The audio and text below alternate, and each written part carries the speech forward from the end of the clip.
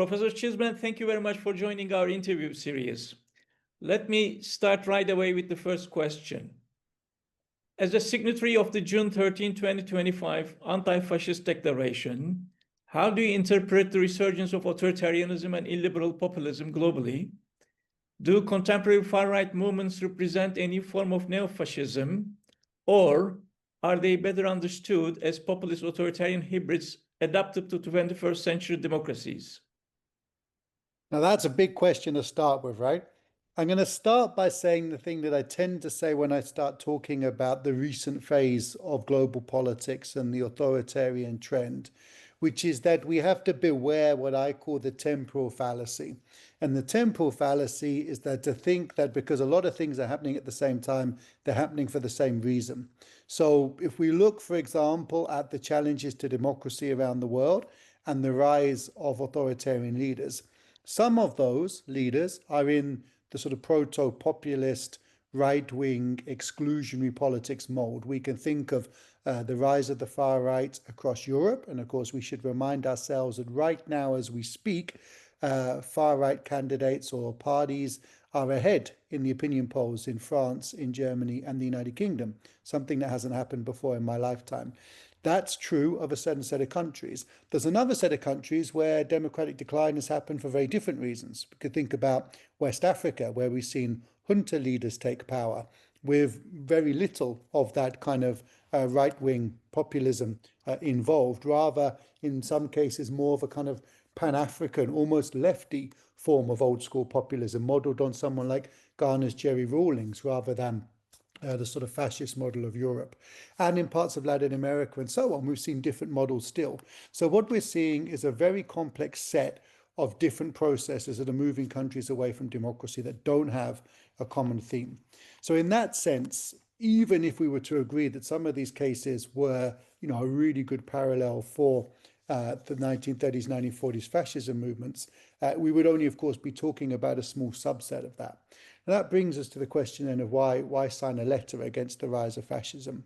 Because I think what we wanted to do in the letter, and obviously I can't speak for other people who signed it, only for myself, was to raise a flag to say we are starting to see the signs of the emergence of something that is starting to look more like the kind of outright hostility towards other cultures and towards migrants that we saw previously in our history.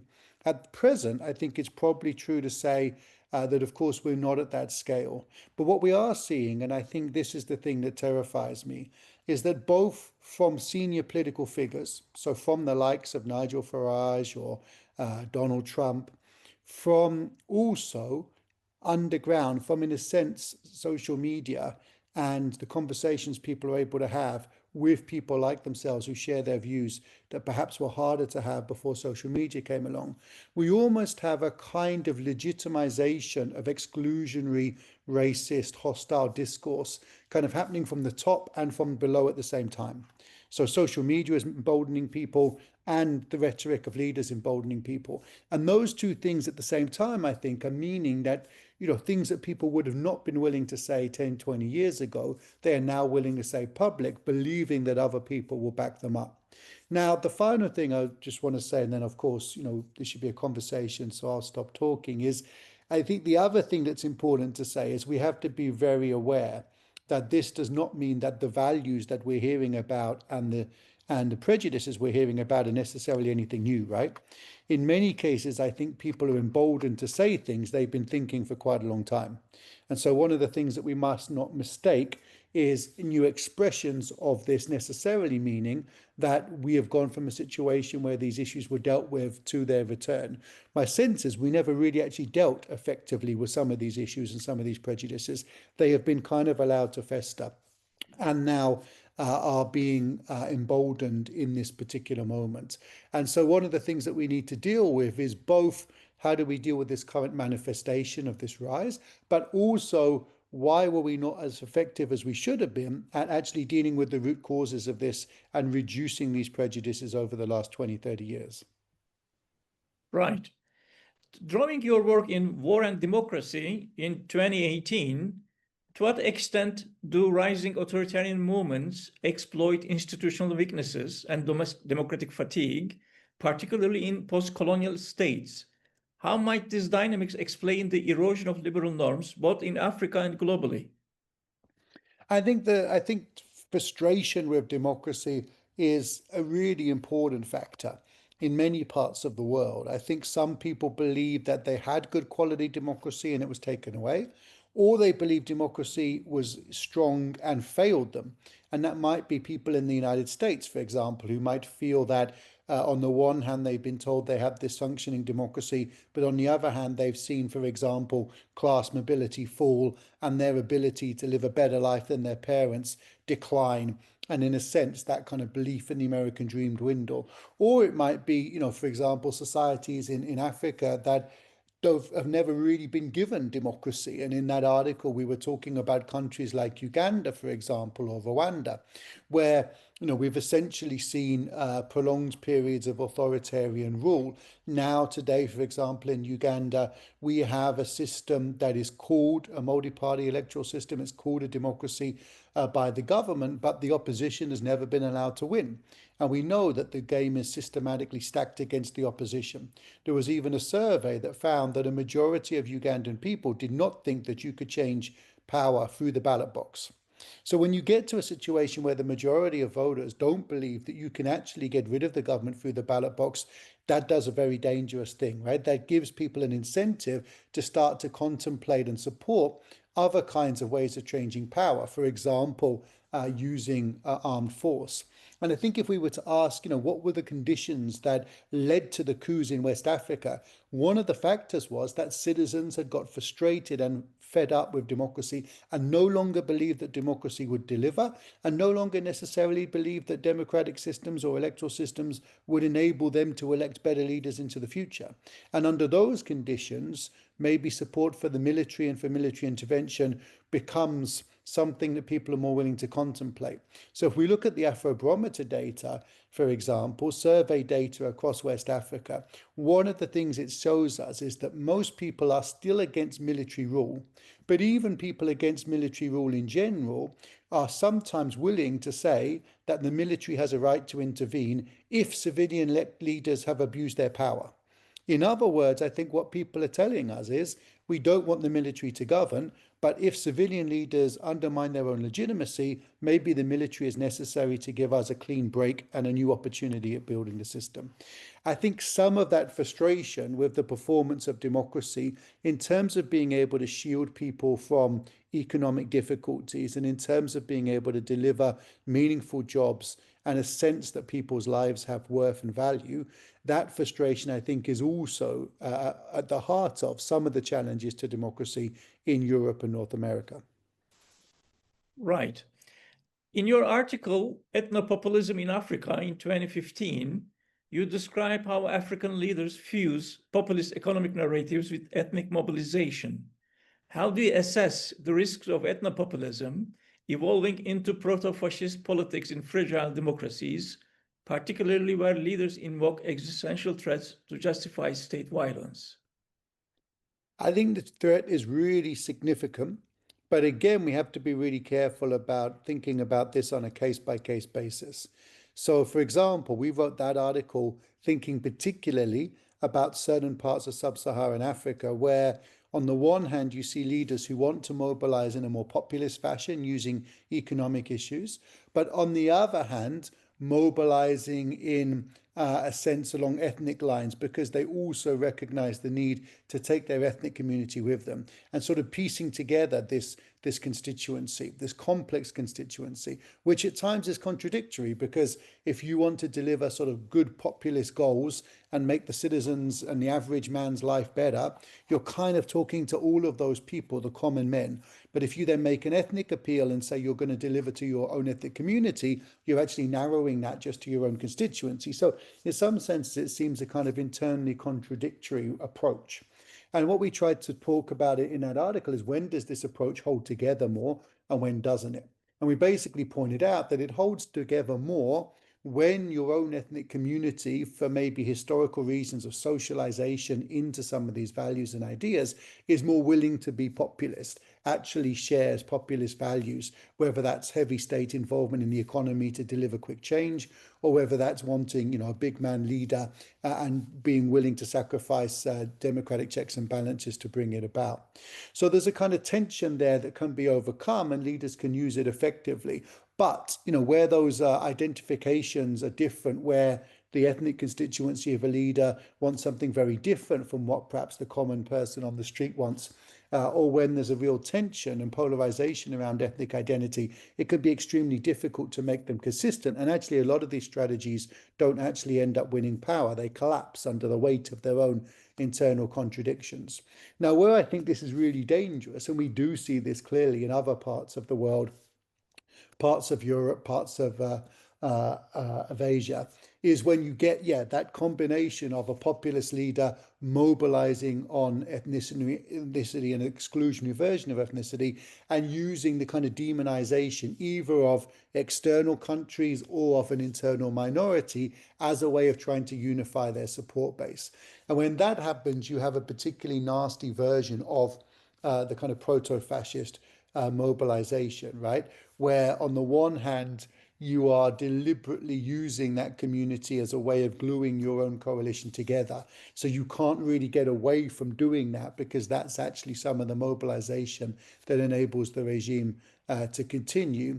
And on the other hand, the populist nature in which you're doing that exacerbates further and reduces checks and balances and makes it easier for human rights abuses to be committed, putting the fate of that community in particular danger. And that's one of the things where I think that kind of exclusionary form of politics risks boiling over into something which is much more violent and repressive. Again, though, it's important to keep in mind that we don't see that everywhere. We see some right-wing populists in power who have not yet led to quite as severe attacks on minorities and so on. And we see some in power that have. So again, there's a really big variation. And I think one of the things that's quite interesting to me at the minute is, for example, to look at where we see leaders like this who do seem to be really interested in, for example, multiple levels of society, and those that don't. So in Italy, for example, it seems to me we have a government that isn't particularly interested in controlling what academics think or say, or doesn't seem to be as involved in trying to censor universities and control society right down to the grassroots. I might be wrong, but talking to friends, that seems to be the case. Whereas in, for example, the United States, you have a government that is actually waging war with some of its own universities, trying to affect forms of censorship or to get certain issues off the agenda and to get its own values onto the agenda. And so one of the things I think we need to think a bit more about is why. Why do we have some of these movements and leaders who focus more exclusively on marginalizing communities in the exclusionary narrative? Why do we have some that are so much more captivated and driven to try and intervene with and restructure society, including academics and universities and cultural institutions? And why do we have some who seem to be much more focused on controlling the commanding heights of the state, but not necessarily affecting that kind of social transformation? And what is it that leads to those different kinds of regimes, and then what kind of different consequences do they have for their own people? Right. In your 2016 article, Patrons, Parties and Political Linkages and the Birth of Competitive Authoritarianism in Africa, you highlight the role of clientelist networks in shaping political behavior. How do you see clientelism interacting with populism to facilitate creeping authoritarianism, especially when leaders frame loyalty to the state as loyalty to the people? Yeah, it's a very good question, this one. And I think there's two different parts of it. I mean, one is that, in a sense, classic populist leaders have a challenge when it comes to clientelism. Because, of course, if you're arguing that people should support you because you embody the will of the people, you should be arguing, in a sense, that they should vote for you because they recognize you as the embodiment of the will of the people and because of your agenda and platform and personality. And that slightly cuts against the idea that you should, of course, mobilize people through clientelistic models, either by offering them very specific services in order to assist them. For example, the kind of model that we understand in the United States, where we see the government delivering historically, specific localized services, for example, for House of Representatives and so on, in return for votes. Or, sub-Saharan Africa, where we might expect there to be a relationship between leaders and somebody and their own ethnic community, and exchanging resources in that way. And that kind of cuts against the logic of populist mobilization if we think about classic populist thought. But of course, in reality, we know that these two things have often gone hand in hand, and clientelistic machines have often been the underpinnings of populists who use this kind of rhetoric but actually rely on clientelism to stay in power. And one of the things that I think we don't think about enough is what happens to corruption when populists win power. So, for example, we know that one of the ways that populists mobilize support is that they claim that the state is corrupt. They claim the political elite is corrupt.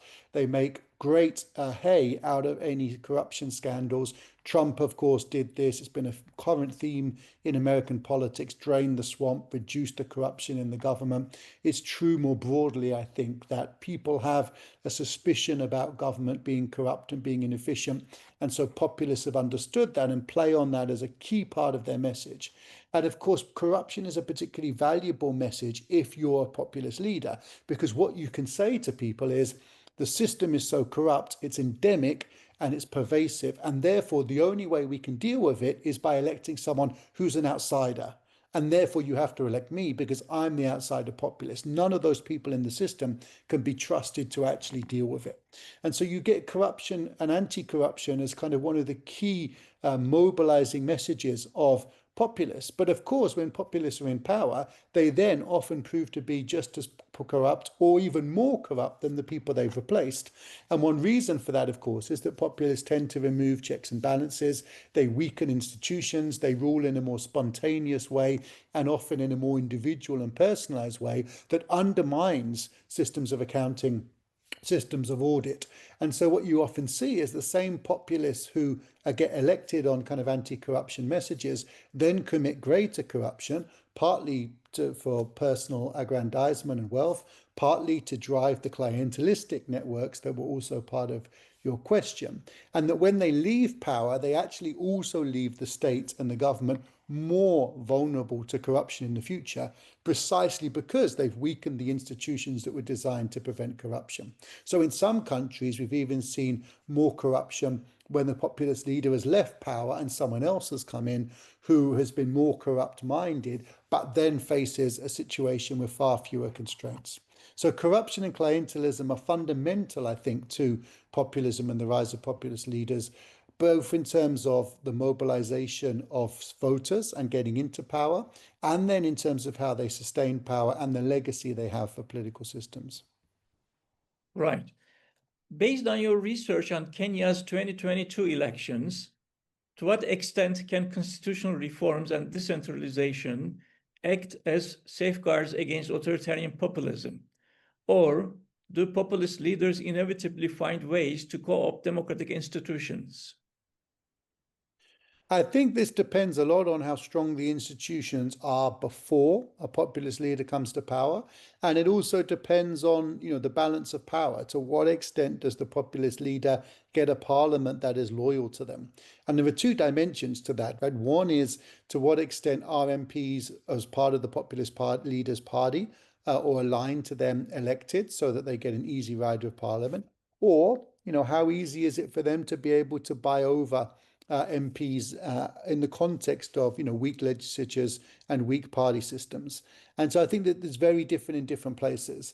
It seems so far that European countries that have experienced populism, with the exception obviously of Hungary, have managed to withstand to some extent, partly because electoral commissions have remained credible, and therefore we've actually seen democratic institutions be able to withstand some of the challenges, and that has led to cases of democratic bounce back. So we might think of Poland, where of course we've seen an authoritarian-minded government take power and then be defeated. And we might think that there's a more significant prospect, for example, of the current government in Italy losing power in the future than there are in some other contexts where the institutions seem to have been much weaker from the start, much more compromised from the start. Of course, that's not to say that Italian political institutions are non-corrupt or are particularly strong. But if we were to compare to, for example, some countries in sub-Saharan Africa that I work on, where legislatures have historically been extremely weak, where presidents have been able to use corruption and patronage to demobilize scrutiny and opposition within the legislature, then we see, very quickly that the institutions are less able in many cases to actually operate as checks and balances. And of course, in the cases of the coups that we've talked about, in those cases, you often see parliament scrapped, political parties banned, the constitution suspended. And so the political institutions in that context have no real capacity on their own to constrain the new government. So a very mixed picture, I think. And one, of course, that gives us important things to think about when it comes to democratic resilience. So some of these states are going to have much greater democratic resilience than others because of the institutional strengths that they have.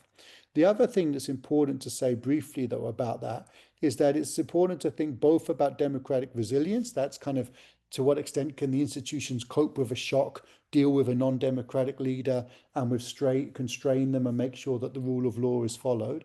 And then there's also resistance. That is citizens on the streets, civil society mobilization, people protesting against the government. And particularly in those countries where institutions are weak, it's going to be that form of civil society mobilization and mass protest that will prevent authoritarian takeover. So it's really interesting, I think, to look at this different combination. In some countries, institutions holding power. In other countries, institutions can't, but mass mobilization can. But mass mobilization really becomes critical in that context because it's almost the only thing left that can stop populist or authoritarian leaders from consolidating their hold on power.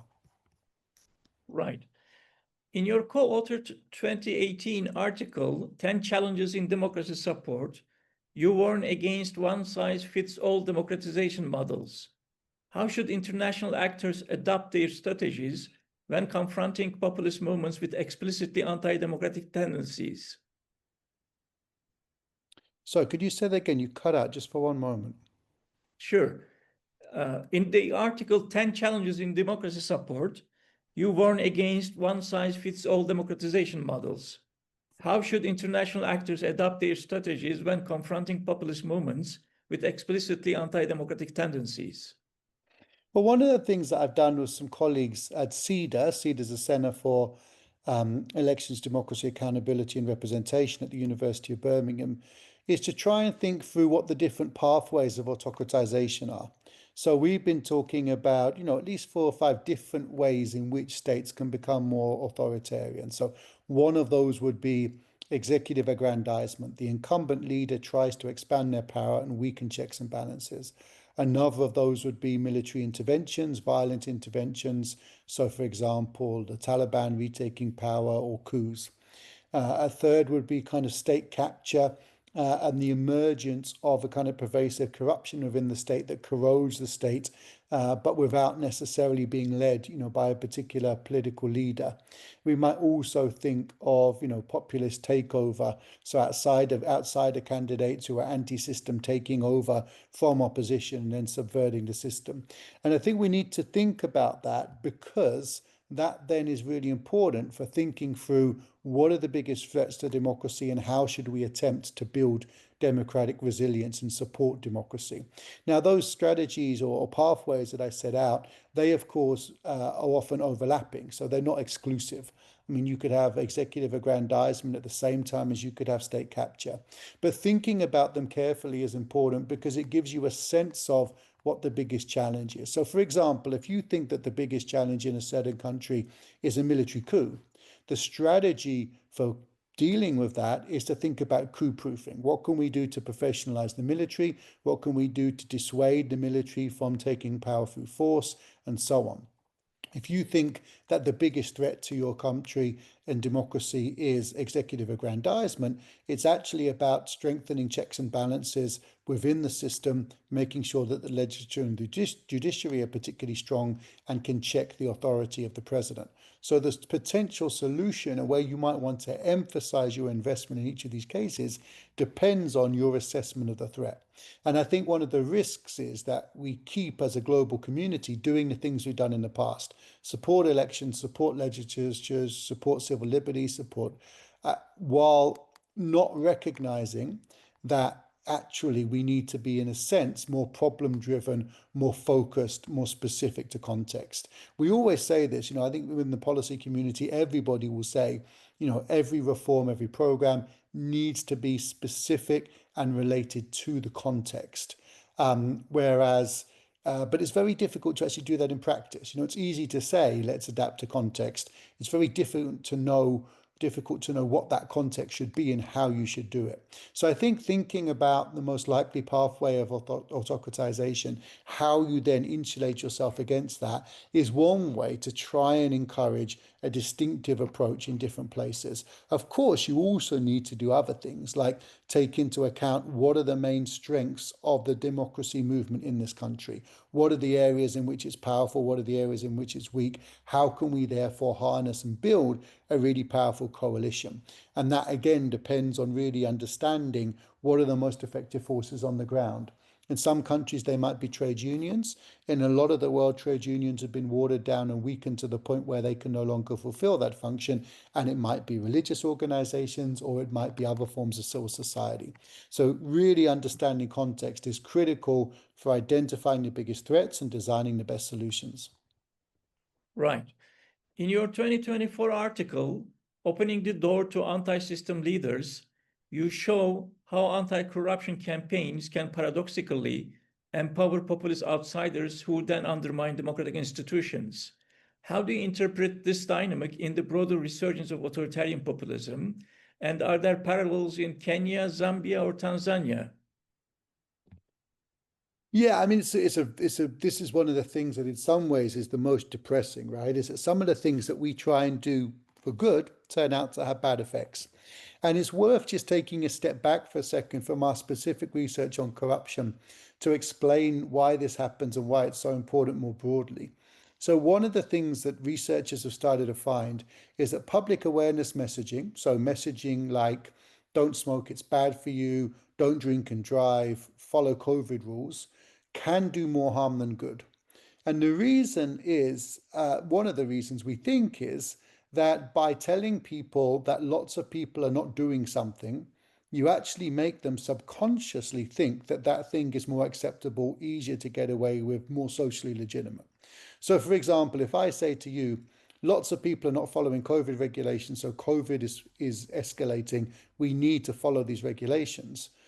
Partly what you're thinking, perhaps subconsciously, is, well, if lots of people are following COVID regulations, then my peers are not following them, then maybe I shouldn't, because the norm is not to follow them. And actually, I won't get in that much trouble because loads of other people are not following them already. So what you need to be really careful of when you're putting out messages is not to exacerbate and play into people's senses of, that the thing that you're talking about is pervasive, is all-encompassing, is a norm.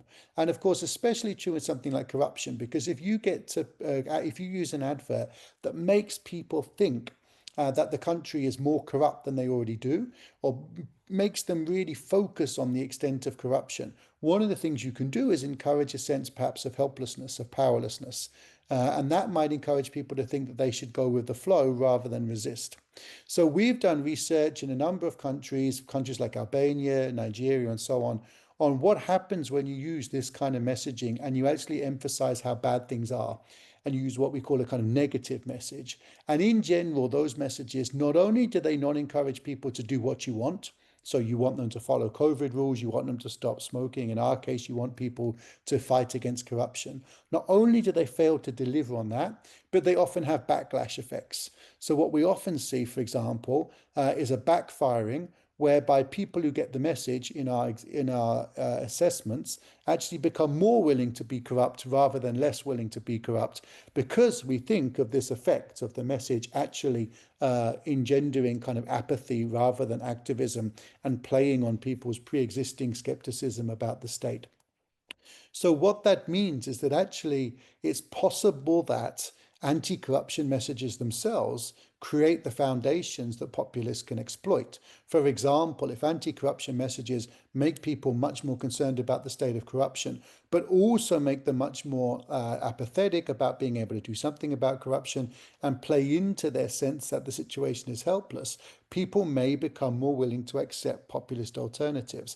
And in the paper that you're talking about, that's what we show, that actually people who were exposed to some of these messages, which are supposed to encourage anti-corruption activity, one of the side effects that had, an unintended, unwanted side effect, was it increased people's support for some populist values and attitudes.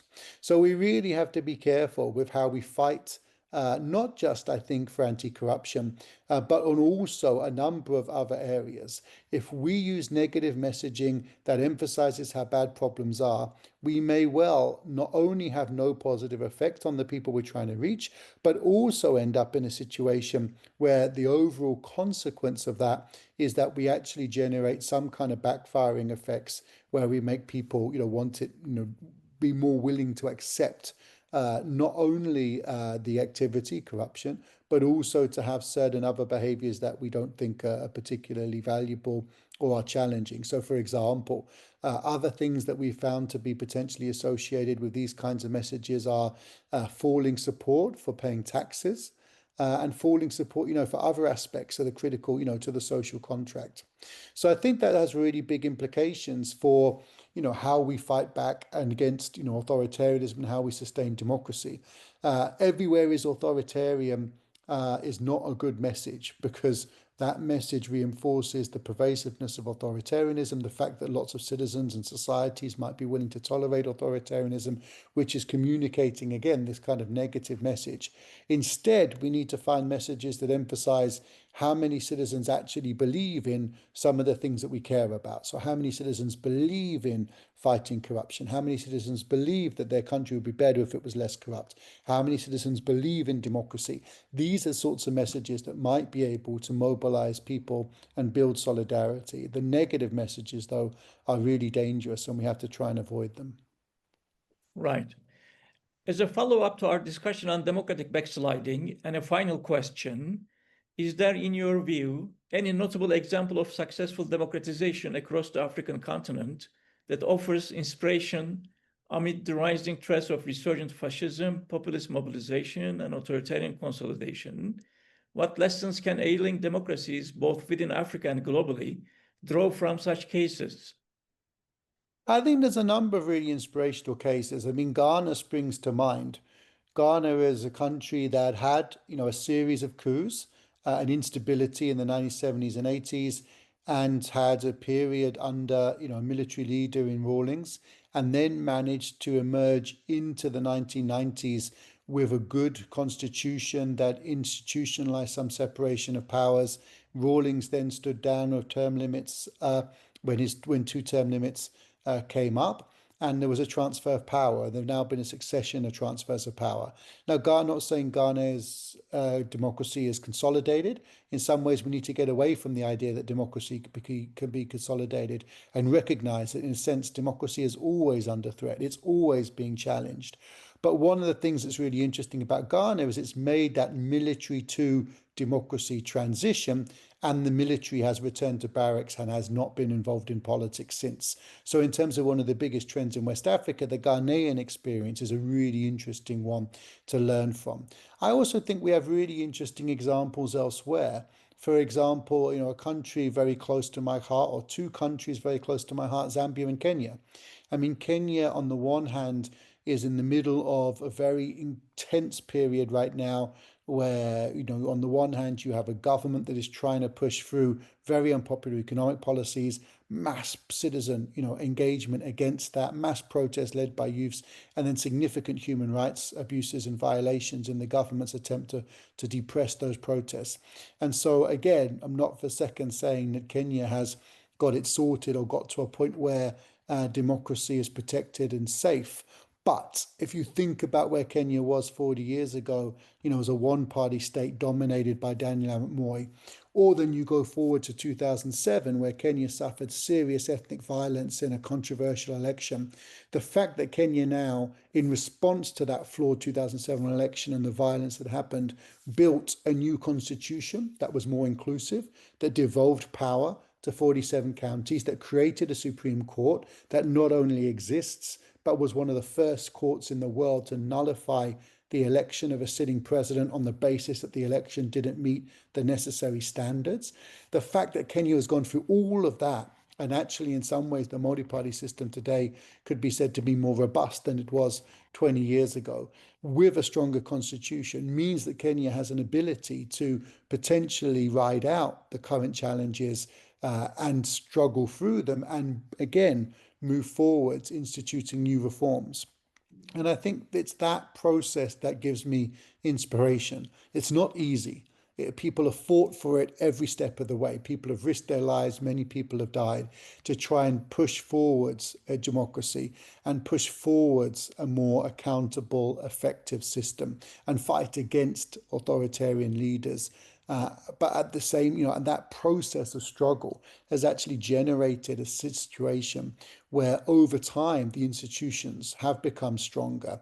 And while they need to be strengthened considerably from here out, Kenya is in a much better position than it was, despite all of the challenges that the country had in the early 1990s, coming out of this period of strongman rule. And the same, very briefly, to an extent in Zambia. Zambia, again, is struggling with the question of democracy and the commitment of the government to democracy and making progressive reforms.